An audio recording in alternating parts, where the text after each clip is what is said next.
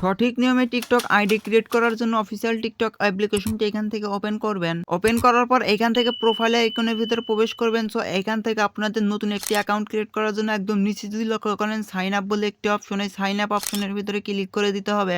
এইখান থেকে আপনারা বেশ কিছু অপশন পেয়ে যাবেন। ফোন নাম্বার দিয়েও ক্রিয়েট করতে পারেন এবং আপনার জিমেল, গুগল জিমেল দিয়েও অ্যাড করতে পারেন, ফেসবুক আইডি দিয়েও অ্যাকাউন্টটি ক্রিয়েট করতে পারেন। সো আমি এখান থেকে কন্টিনিউ উইথ গুগল অপশনটাতে এখান থেকে সিলেক্ট করে নিলাম। সিলেক্ট করে নেওয়ার পর এইখানে আপনার ফোনে থাকা সকল জিমেল এবং ইমেলগুলো শো করবে। সো এইখান থেকে আপনাদের কাজ হবে যে জিমেল দিয়ে অ্যাকাউন্ট ক্রিয়েট করতে চান সেই জিমেলটি এখান থেকে সিলেক্ট করে নেবেন। সো আমি অ্যাকাউন্ট ক্রিয়েট করব, সেজন্য এখান থেকে আমি একটি জিমেল সিলেক্ট করে নিচ্ছি।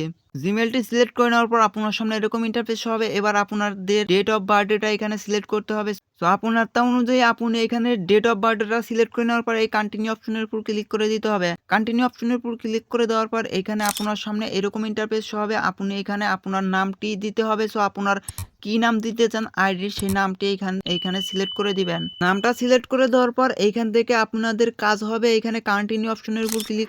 এরপর পাসওয়ার্ডটা এমনভাবে অ্যাড করবেন, কিছু ছোট হাতের লেখা, কিছু বড় হাতের লেখা, স্পেস দিয়ে, @ দিয়ে এবং 1 2 3 4 দিয়ে সংখ্যা দিয়ে অ্যাড করে নেবেন।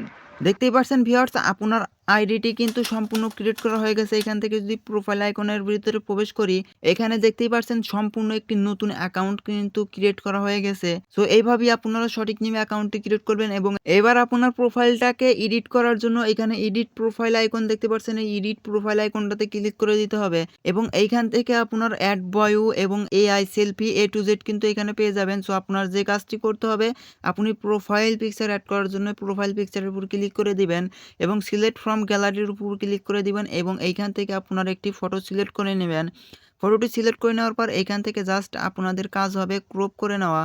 সো আপনি এইখান থেকে আপনি অনুযায়ী এইখানে ক্রপ করে নেবেন। ক্রপ করে নেওয়ার পর এইখানে দেখতেই পাচ্ছেন পোস্ট দিস ফটো এই স্টোরি, এই অপশনটাকে এখান থেকে অফ করে সেভ করে দিবেন। সেভ করে দিলে কি হবে, শুধু আপনার প্রোফাইলে এই ফটোটা সেভ হয়ে যাবে, আপলোড হবে না।